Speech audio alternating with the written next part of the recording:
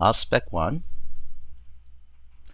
So in this presentation, we are going to talk about testing related tools for Grails application, and then we are going to see what is and why you want to use RSpec for testing Grails application. Then we are going to install and run RSpec, and we are going to go through some of the vocabularies of RSpec, and then we'll talk about the concept of subject. And then we're going to mostly focus on testing model classes. This is the simplest testing, so we're going to mostly do model testing in this presentation and hands-on lab. And then we are going to cover more advanced topics in RSpec Part 2. Rails testing related tools. So there are several testing frameworks for Rails, and basically these guys are typically for providing these tools provide DSL, domain specific language, for writing tests.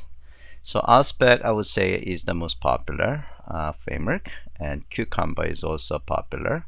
And the testing framework that comes with Rails as a default, which is the test unit, that is probably the least popular.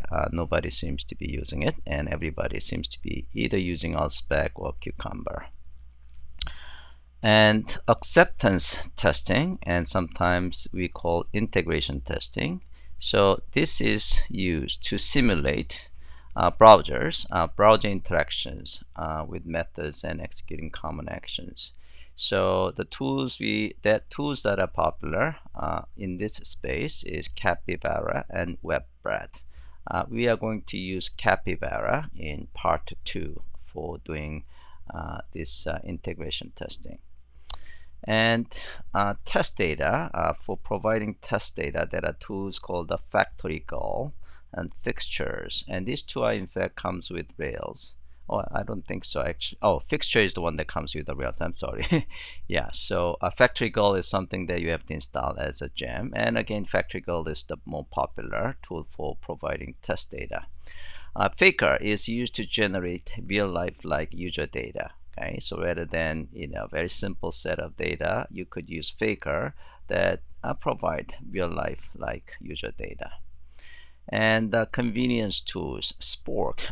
It starts Rails application environment once, and then from that point on, you are going to use that environment for testing. So as you probably notice, every time you run Rails command, it takes some time because you have to actually set things up and start everything. Basically has to server. It takes quite a bit of time, and also doing the testing. When you do the testing, it has to set up the Rails environment, and this is taking some time. So by using Spork, you basically start a Rails environment for once, and then you are going to use that environment for testing. So once you set that up, then from the second time, your testing is going to run a lot faster. Our guard is a tool that automatically doing the testing as soon as you save the change. Okay, so we're going to actually try this too in Part 2. Now, what is and why RSpec?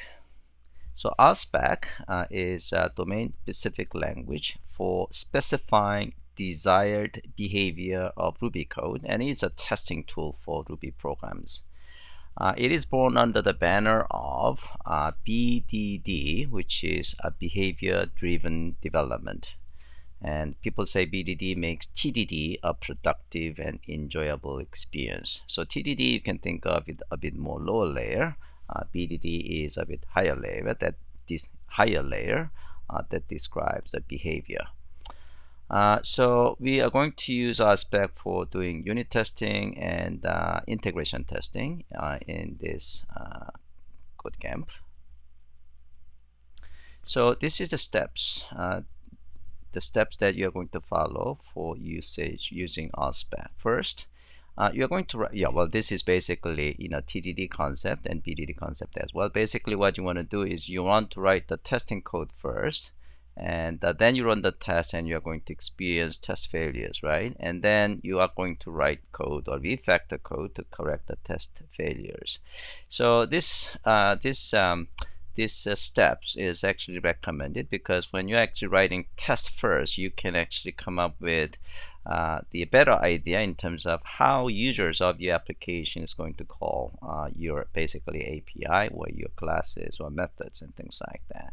Okay.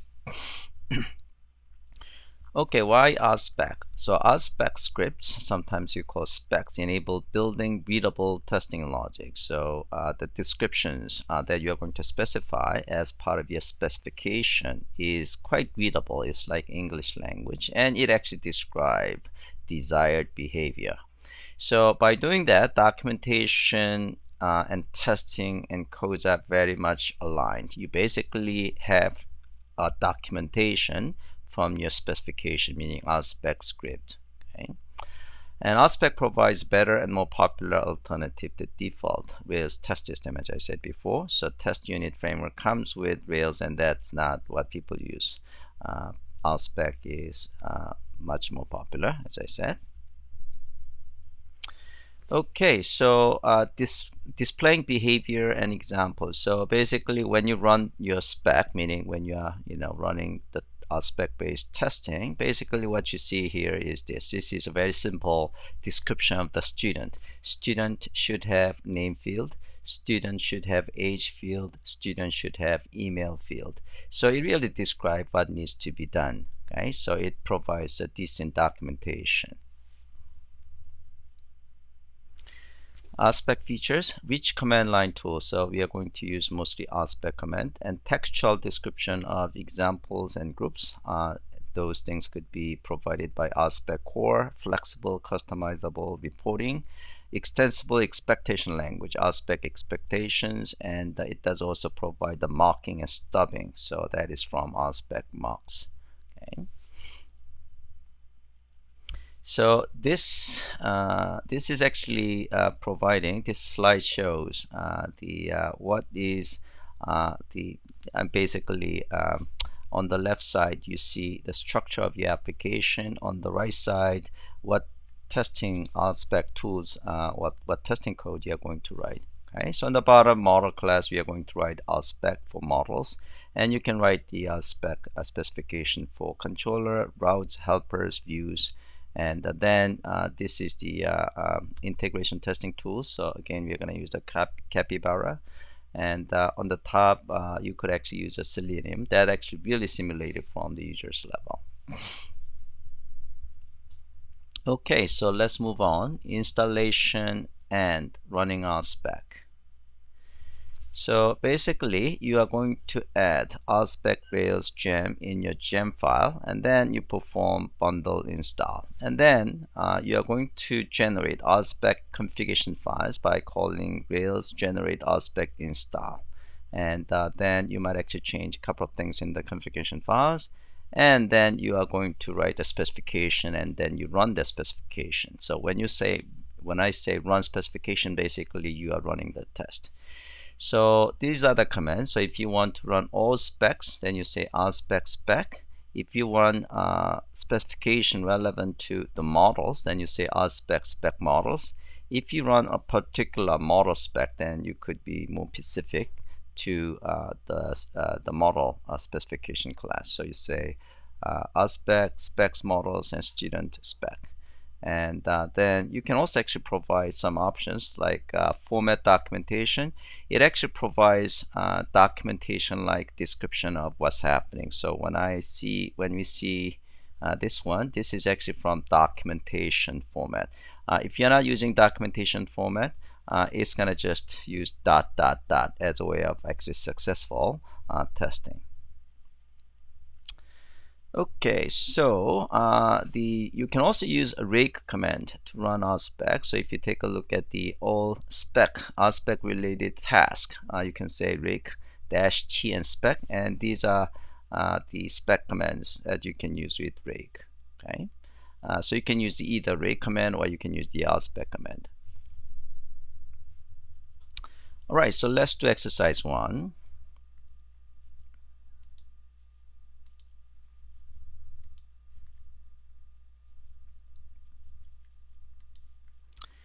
Okay, so we are going to create RSpec application, and I think I already have this, so let me just remove it. Remove RSpec app. Okay. All right, so let's create brand new application, RSpec app, and then we are going to modify the gem. Okay. So we are going to use RSpec Grails, and we are going to use 2.14.1. Okay. The reason is because RSpec 3 has a brand new syntax. Well, actually, it's not brand new syntax. It actually has a new syntax, and but my documentations are not really up to date with that. So that's something I need to work on. So we're gonna actually stay with 2.14.0, and we are going to actually use a little bit of older syntax, but it still should work with the 2.14.0. Okay, all right, so we are going to go RSpec, and let's open. So we are going to add gem file, and we are going to add this code. So we are basically adding. We want to use RSpec Rails only for testing and development environment, and you do not want to use this one for production. Okay, and the version I'm gonna use is again 2.14.x. Okay, so let's save the change.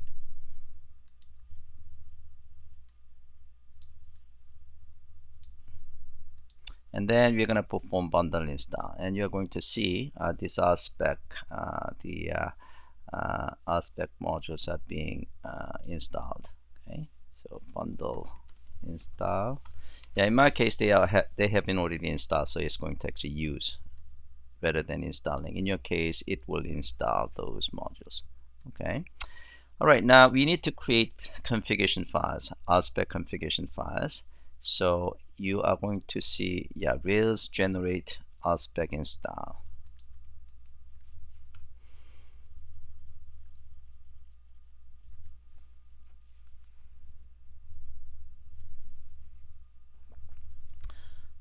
Actually, I should remove this one. Yeah, this is from RSpec 3.0. Okay, so you're gonna actually just see these three files. Okay, all right. So that's, and then if you take a look at the RSpec, the file that are created is again RSpec, and then spec helper files. If you take a look at the RSpec, it has a single the configuration, so color. Meaning it will display things with the color, and then there is the spec directory created, and there is a spec helper. Okay, so these are what gets created. Okay, now I want you to actually add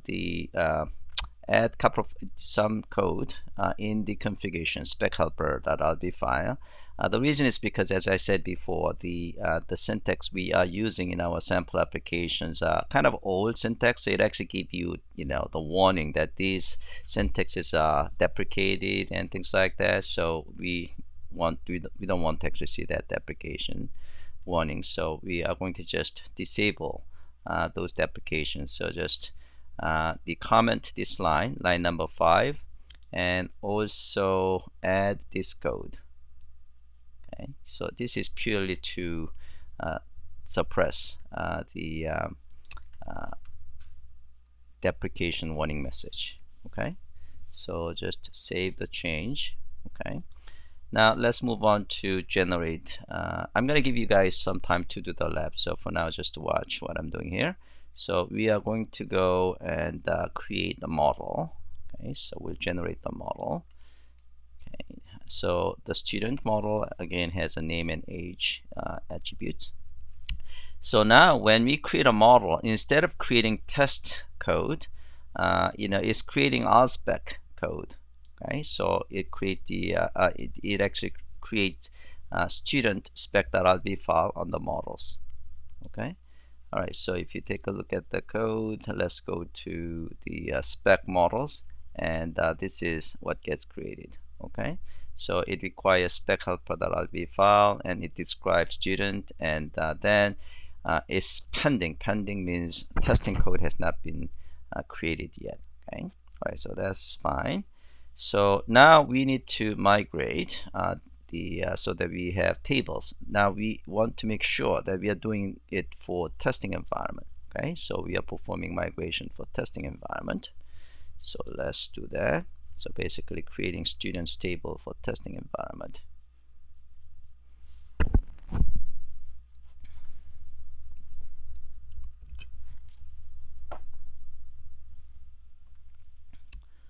And then we are going to look into a rake command. So let's rake -t and spec. So there are a couple of commands that you can actually perform. Yeah, so you can actually call rake spec or rake spec models. It actually shows only two because we have only the model, the specs. Okay. All right, so we can actually run this guy. So let's run rake spec. Okay. Then it will tell you that one example. By the way, example is, you can think of it as a single test. Okay. Yeah, so RSpec, they actually, yeah, this is all BDD concept. They actually use the term, they try to avoid the term test. Instead, they use the term like example.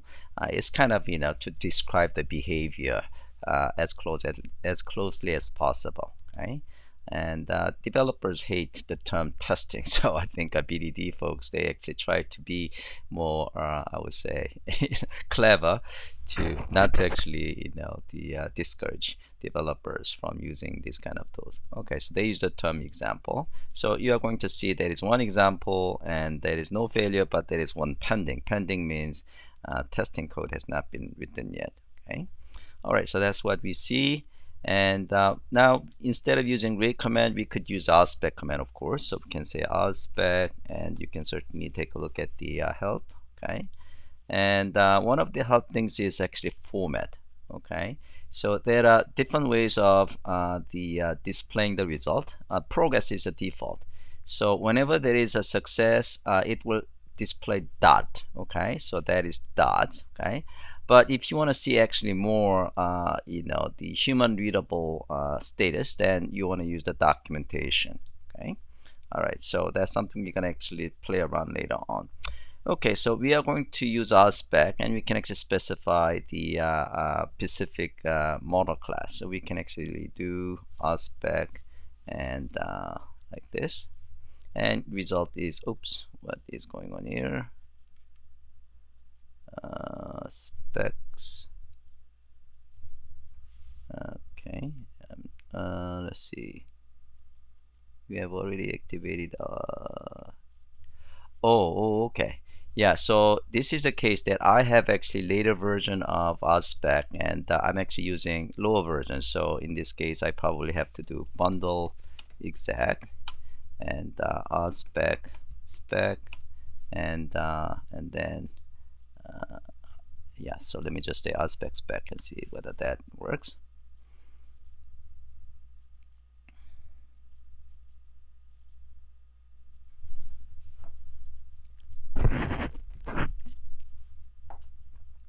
Okay, that works. Or I can actually provide the complete. So bundle exec and then RSpec like this.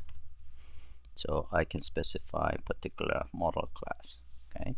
So the message you see up there was basically, oh, your system has later version of, RSpec Grails, the package, but you are using older version. You remember that we experienced this one in our configuration hands-on lab. So that's the time you want to use a bundle exec, so that you are basically indicating you want to use the version that you happen to have in your gem file. So if you take a look at the gem log, we are using RSpec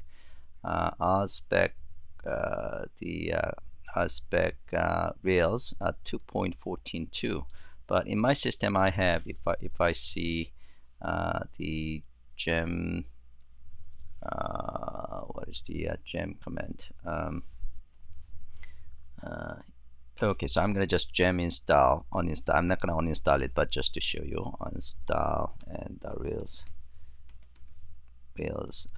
RSpec Rails Okay, and it will show me, yeah, so I have in fact 3.4.0. Okay, you know what, I'm gonna adjust the remove this guy so that I don't have texture to bundle install anymore. Okay, all right, so now if I do just RSpec,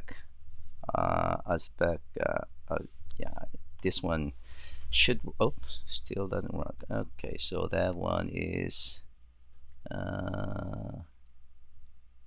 oh, you know what, I have to actually uninstall a couple of others like RSpec core. Yeah, okay, so all right, so I'm gonna just use a bundle install for now. Okay, so that is that. Now we are going to yeah, so 1.7 is you can actually install the RSpec testing plugin into Sublime Text. Okay, so you could actually go to this directory, and then you can actually get the file into that directory. So this is one way. The better way of actually doing is using installation. So you can say package control and install, and then if you, oops, yeah, so then Ruby test. So I have already installed this, so that's the reason I don't see it here. But in your case, if you install it Ruby test, then you're going to see Ruby test, and you just install it and restart Sublime Text, and then you should be able to run the testing, RSpec testing within the Sublime Text. So let's actually try that. So I have that plugin installed. So I'm going to use the command is Control Shift T. Okay, so Control Shift T, and then, oops, oh, I have to use the bundle install on this case. Yeah, I have to actually uninstall RSpec core, but basically you can run the testing from the within the Sublime Text. Okay. Okay, moving forward. Yeah, so that's exercise 1. So I'm going to give you guys about 10 to 15 minutes to try exercise 1. Okay. Yeah, so I have uninstalled the RSpec core 3.4.0 as well. So now I should be able, yeah, I can actually run RSpec without bundle exec, and in Sublime Text things should work as well. So Control Shift T, and oops, I want to do this. Control Shift this one, Control Shift T.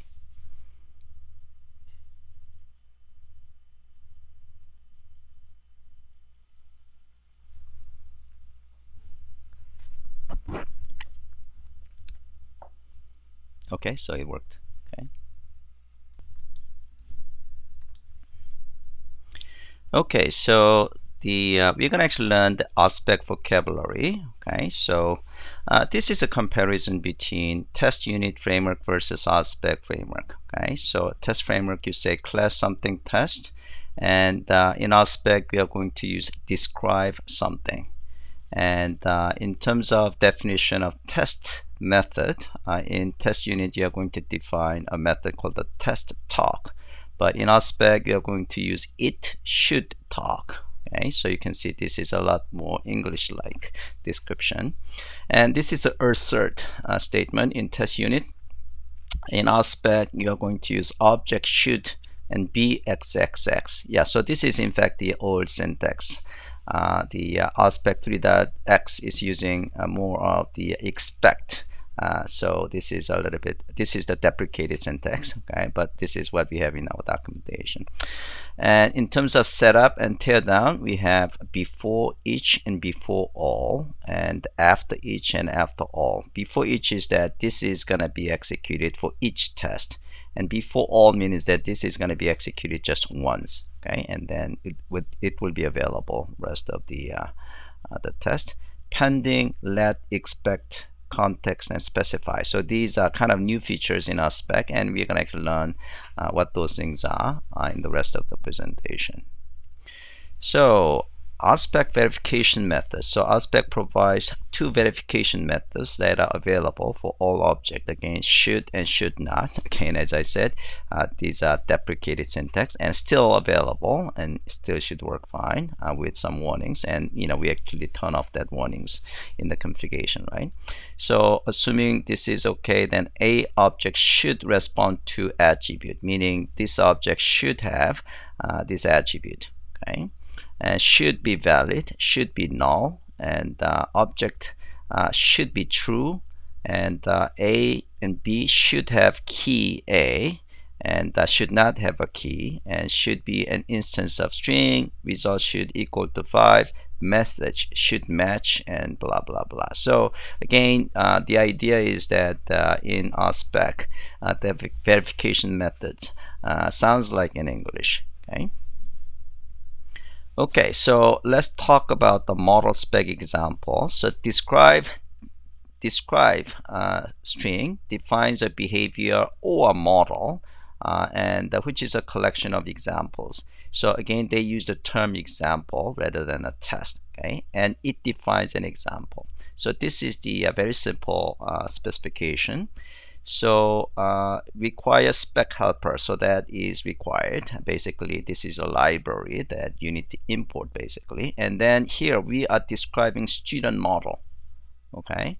So if you're describing a student model, then you specify the name of the model and then do and block, okay?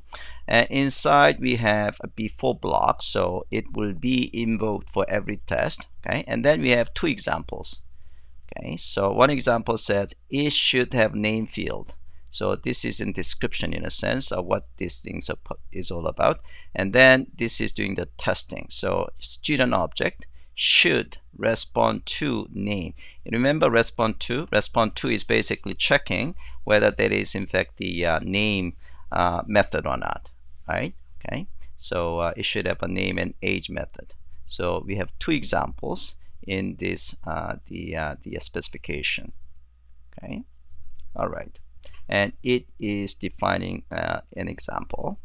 Okay, pending test. So pending test is used to add testing examples without testing logic.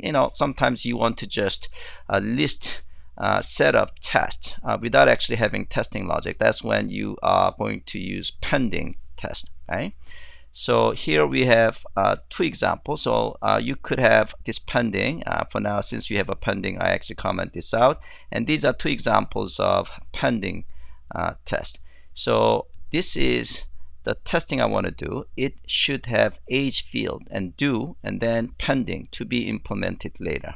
Or if you just have it statement and without any do and block, that is considered as the same thing as this guy. So we have two pending tests that need to be implemented. Okay, so that is pending test. In fact, if you take a look at our student spec, you see there is one pending test. Okay, so add some examples or delete whatever. Okay.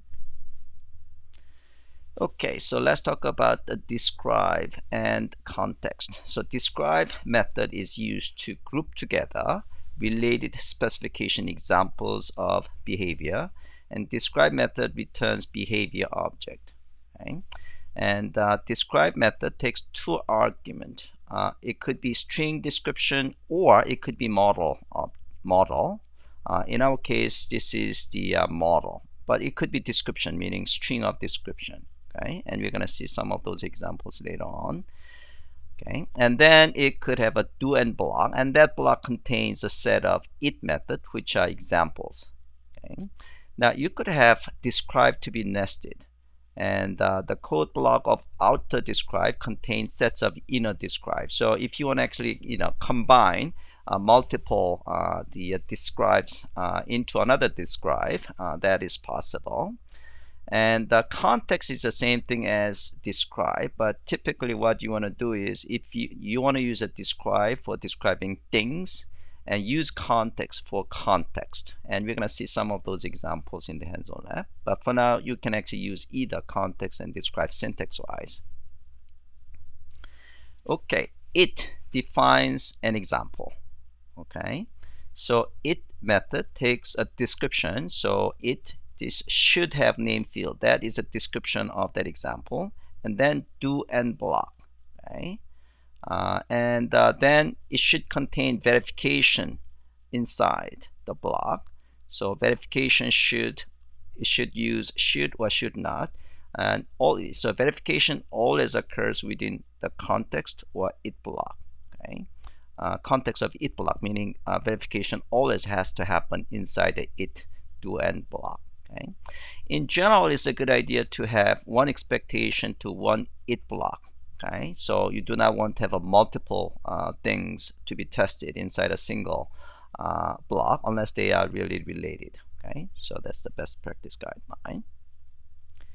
Okay, before and after. So before and after methods execute code before and after. So this is like a setup and tear in the JUnit testing. So each executes code before each test, and all executes code once for all tests. So in this case, we have describe, student, and do block, and we are going to have a before method, and we say each. So this code will be executed for each test. So we have 3 examples, right? And before each of these examples gets executed, the student will be created. Brand new student will be created. Okay. Okay, so relatively straightforward. So we're gonna do exercise 2.122.6. So let's take a look at the lab documentation. We are gonna do 126. Okay. So we are going to write we're going to add, so we're going to actually add 2 pending tests. So we're going to actually change this code with here. So we are writing 2 pending tests, okay? And then you should be able to run it, okay? And then it should actually say 2 pending tests, okay? So this is what you are going to see, not yet implemented. You can actually do it within the Sublime text, or you should be able to do it inside in the command line. So the result should be the same. Okay, so here 2 examples and 2 pendings. Okay, so student should have name field and not yet implemented. And same thing with this guy. Okay, and you should actually have the same result at the command line. Okay. All right, so we said there are 2 examples. There is no failure, and there are 2 pendings. Okay, so that's the result you get. All right, and then so we can actually use RSpec on the command line, and we could actually do RSpec models. So we are testing all models. Since we have a single model, the specification, the result is going to be the same, and you can actually specify particular model like this. And now we are going to actually add testing logic. So we're going to actually take a testing logic of the student name. So basically we are going to add testing logic for the first one. Okay, so now if you take a look at the code, this example says it should have a name field. So we are going to create a student ourselves here, student object, and then student object should respond to name, meaning it should have a name method. Okay, all right, so now let's save the change, and now if you run the code and run the testing, it should have 1 success and 1 pending. Okay, all right, so that's what you're going to see. So as a default, it's going to use this notation. So dot means it's success, and the star means it's pending. Okay, so that is what you're going to see right here, dot and star. Okay, and then you're going to modify. So you are going to add testing logic even for the age field, and then you're going to see dot dot. Okay, and then you see 2 examples and 0 failures. And then to the 3, you're going to add before. So here we are, so we have 2 examples, right? So we actually have a duplication of creating student object in both examples, and of course that could be extracted into before statement. So you are going to comment this guy out, and you are going to comment this guy, comment this line, and then we are going to create a student object in before using before method. Okay. All right. So that should result in successful testing. And now we are going to add. So we are going to actually now do some kind of TDD, or BDD kind of spirit. So we are going to write the testing code first. Okay. And of course this will fail. So the student, it should have an email field. Okay. So let's actually try this. And basically we are simulating the TDD style of application development. We want to write the testing code first. Okay. Now if you run this testing, of course this will fail because we don't have email field, right, or email method. Okay.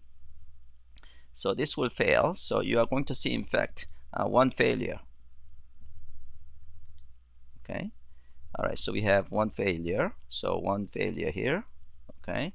So it says student should respond to, that actually failed. So it expected it expected, but Neil was responding to email. Okay. So now we are going to change so this is a failure, and then so now one thing that sometimes the order of the testing is actually kind of so if you see this one, if you see here, we have these 3 tests, right? But the one that failed is actually in the middle. The reason is because RSpec, the order of this testing is not guaranteed. Okay, it will just test in the random fashion. Okay, so if you want to see this testing to be done in, let's say, in the order that you specified here, then you want to actually add this guy order default. And also, instead of ... I want to actually see the documentation. So we are going to in fact change RSpec. We are going to add these 2 lines of code. Okay. All right. We are going to save that change, and I'm going to actually use the command line so that I can actually see the complete.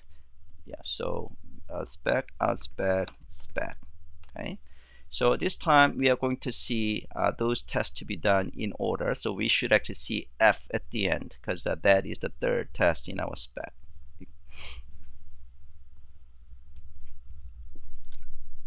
Okay, so things are done in order. Okay, and you also see, instead of actually seeing ... F, okay, it actually give you documentation, because we actually using the documentation format. Okay. So should have name field, and should have age field, and should have email field, but that failed. All right. So now we need to actually add the email field. Okay. So we are now going to add email field by using migration. So we are going to migrate. We are going to create a migration file. So we want to add email to student model class. Okay, so we generate the migration file, and then we are going to run the migration. Now you need to, so that's something I'm going to actually play around. Okay, so we create a migration. Now let's actually do migration. So we say rake db migrate. Okay, and now let's see whether things still work or not. It will fail, and you probably know why. Okay, so migration is done, and then we are going to run the test.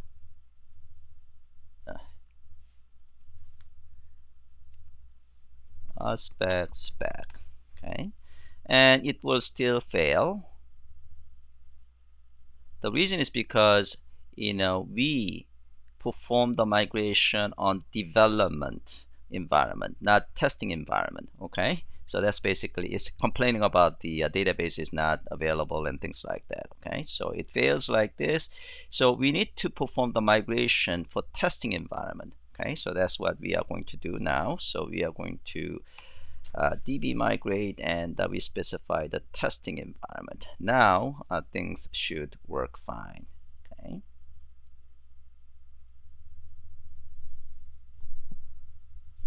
All right, now let's actually try to RSpec, and then we should see 3 success.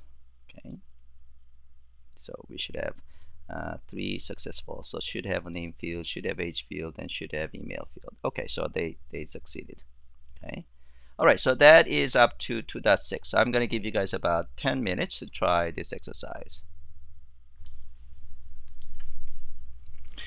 Okay, the let method executes code once and stored it for further invocation, increasing the performance. So this is mainly for performance improvement. So instead of using before method, we are going to use let method, and here we are creating student object by calling, by invoking this logic here. And then we should be able to use the student local. Basically, you can think of it as like a local variable, and then we can use student, that local variable. Okay, so if you're using before, this gets invoked every single time a test method for each test method, and that consumes time, right? So here what we want to do is, because we just need the same student object, right? Okay, so we could use the let command so that it gets created. It gets created once, and then it could be actually used. Okay. All right. So that is let. And expect. Expect is used when a method is expected to change a value or throw in an exception. So in this case, it should increase the number of instances by 1 when the new instance gets created. So that is the description of the student, one of the descriptions. And then what we want to do is we are going to call student create, and that should change student count by 1. Okay. We could actually use student count to 1, or we could actually even say from 0 to 1. Okay, so that is expect. The concept of subject. So what is a subject? Subject represents the thing that is being described. Okay, so every RSpec example group represented by describe has a subject, and it could be in fact implicit subject or the explicit subject. So let's take a look at an example of implicit subject. So the implicit subject gets created automatically when the first argument to the describe method is in fact model class. So instead of just a string, if you specify model class, meaning you are describing a model class, then implicitly the subject gets created, and that subject will be an instance of student object. Okay, so here we are going to use describe student, and instead of we can actually use now subject. Okay, because a subject should have been created automatically. Okay, so that's the reason it's called the implicit subject. You can actually create if you want to create the instance using different, let's say, non-default values, like instead of just creating blank student new object, right, like here, that is implicit object. Implicit object is always created without any initial values. But if you want to create an object with some default values, like non-default property values, like name and Shin here, then you have to actually explicitly create the subject. Okay, so in this case, I'm actually using instance variable of student like this. Okay, so now let's do exercise 2, 7, and 12. So 2.7, we are going to use let command. So these are all pretty much the same in the presentation, so I'm gonna just move forward. So this is 2.8 is implicit subject. Okay, so we are using so this is a case that we are using student model, so there should be implicit subject. So I'm actually changing one of the example to use the subject. Okay, and we still use the student, so this thing still should work fine. So this one is using implicit object, and this one is actually still using student object that we have created, so this one still should work fine. Okay, now what we're going to do is we are going to comment out this guy. Okay, so now we have a subject, and then we have a student and student, and this will fail, right? Because the subject is still should work fine because we have implicit object that gets created. Okay, but this one, there is no student, the object represented by this, so this one should fail. Okay, so you're going to actually in fact have two failures of those. Okay, so we're going to actually change all this to subject using implicit object. So that should work fine. And then we are going to student model. Yeah, so this is a case now, instead of actually providing model class, okay, which enables the creation of implicit object, now we're actually providing a string. So if it is a string, then implicit object is not going to get created. Okay, so let me just actually do this. So then we should have failures. Okay, because implicit object is not going to get created. So I'm going to actually change this guy here. Okay, save the change. Now if I run the test, and it should fail because there is no implicit object created, because now we are not using the model class, but we're just using the string. Okay, so let's see the failures. Okay, so we failed. Okay, so all three tests failed as expected. So this time we need to provide explicit object. So now we actually change it to use a student object here. Okay, and that should succeed. So this is a case. Yeah, so we could actually create explicit subject. So we say subject, and then we created student object. So this is a case that we are actually creating explicitly creating a subject. So at the time we should be able to use this subject. And again, explicit subject creation is useful even when you are using student model class here, when you need to create a student object with the non-default values. Okay, so that should succeed. And then we are testing expect. Okay, so this is the same code that we have seen in the slide. When the student object gets created, the student count needs to be incremented by 1. Okay, so I want you in fact to play around with the from to as well, if you can. Okay, all right, yeah, so this is a case 2.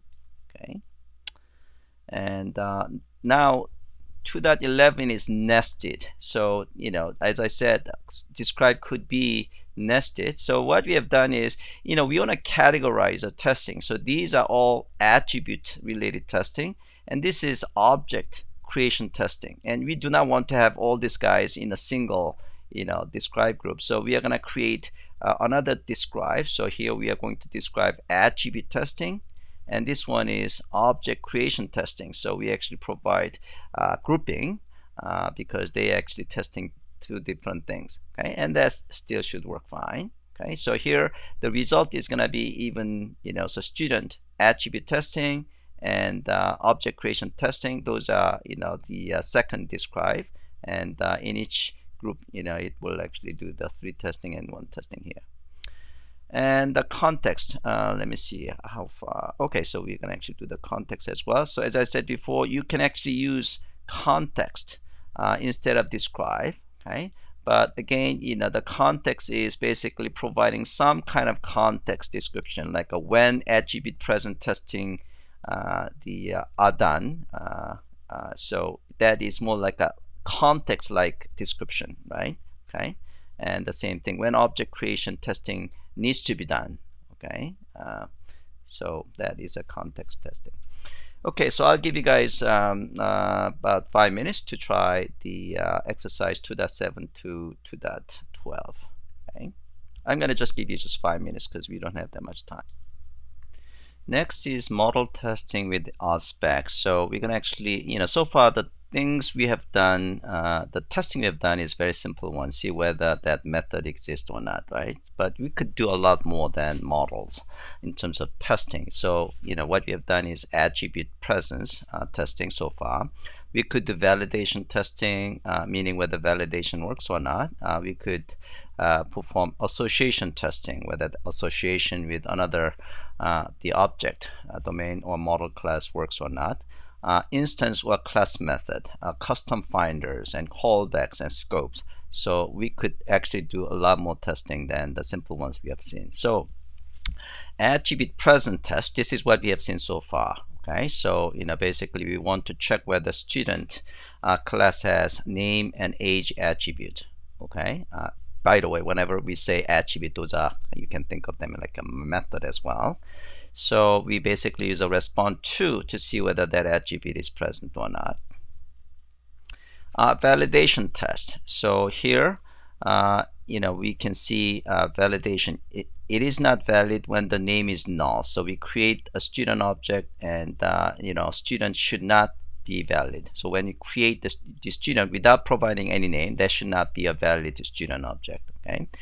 It is not valid when the length of name is less than 3. So here we are going to create a student with the name which is just 2 characters rather than 3 and above. So that should not be valid. Okay, the same thing. It is not valid when age is not numerical value. So we give age with non-numerical value, and that should result in should not be valid case.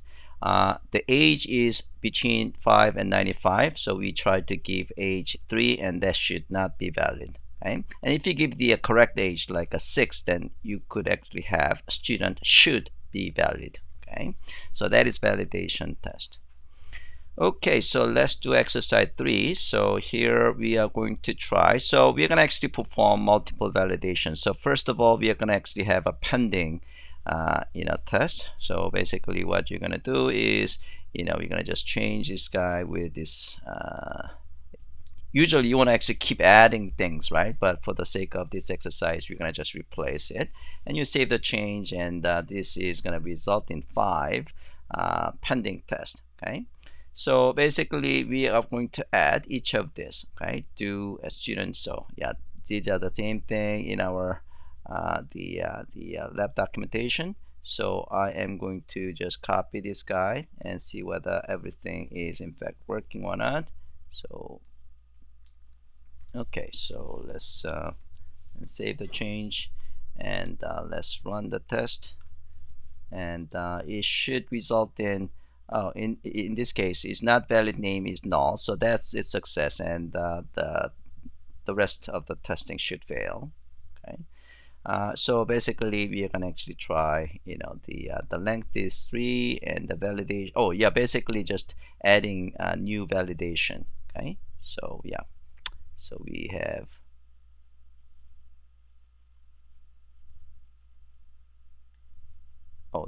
this finding. Okay, it looks like I didn't actually save the change. So save the change and run the test. Okay.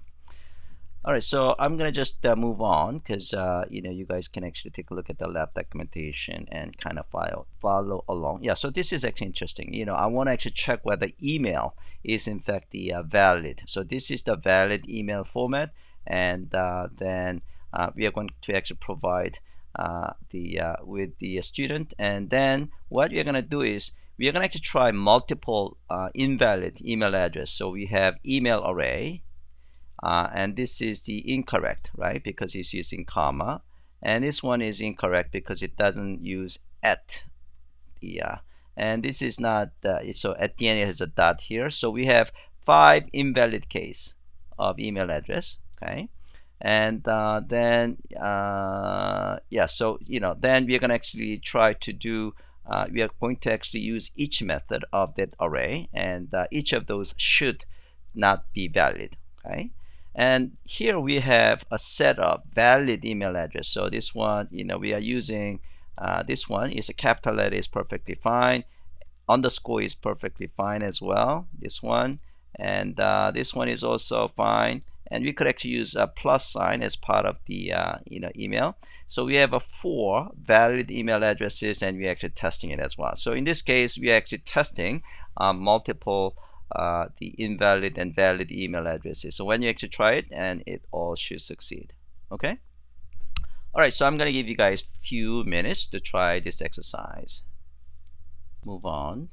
Next is association test. So when we do association test, the things that we can test include whether association methods are in fact present, and does the association refers to the correct object or not. Okay.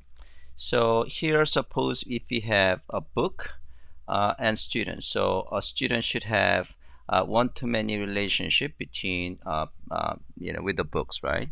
So when we describe a book model, it belongs to a student, and the testing logic we should have is we are going to create a book, and the book should have a student, the attribute, right?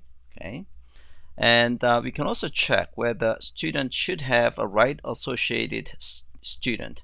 I should say book should have a right associated student. So what we are going to do is we create a student first, and then we are going to add we are going to create a book and then add to the books. Okay, so student and books, and then we create. Okay, that book is going to be returned.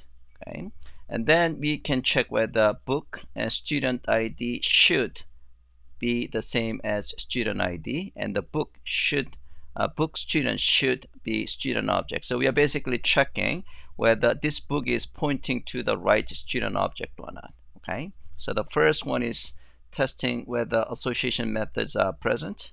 Well, we are just testing a single the association method, and then whether this testing is for the whether correct object is being set. Okay, so that is exercise 4, and let's take a look at the exercise 4. So this is pretty much the same example I talked about in the slide. First of all, we are going to create it has many tests.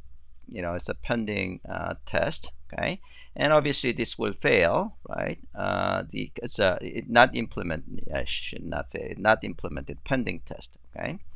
And then we are going to modify the testing so that do and students. Yeah, so this is the we create a student, and students should have a books the association. So when we do this failed. Okay, and so we have to actually create a model, because we don't even have a book model. So we're going to create the model. Okay, and then we are going to modify student model to have one-to-many relationship. So inside the student we have has many books, and then we are going to also specify dependent destroy, so that student, when it gets destroyed, we want to destroy the associated books as well. And for the book, we are going to add belongs to student. Okay, and then we are going to perform migration, so that we are going to create so we have to actually create the foreign key column, right?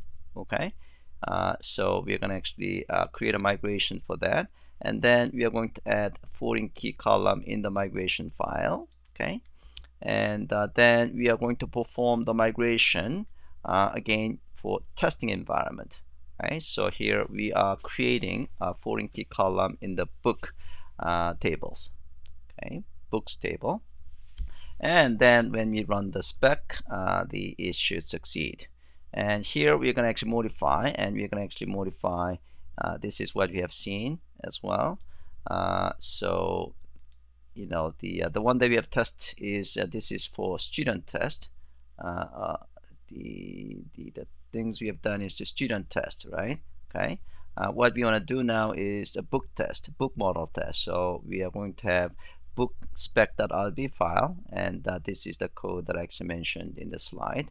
And when we run it, so we should have both book testing should succeed, and student model association test also succeed.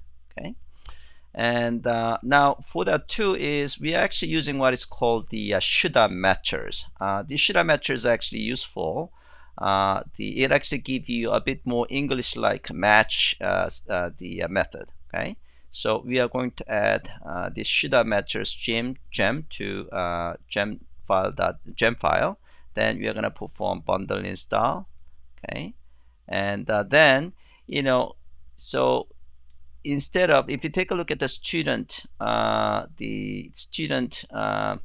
spec we have, it's a little bit kind of not English like. So let's actually go to student. If you go to the student, yeah, so so it's basically like we are using respond to method.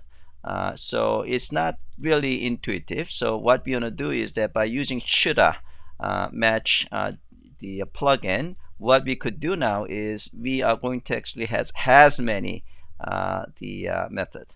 That's what we can use. So that is where that is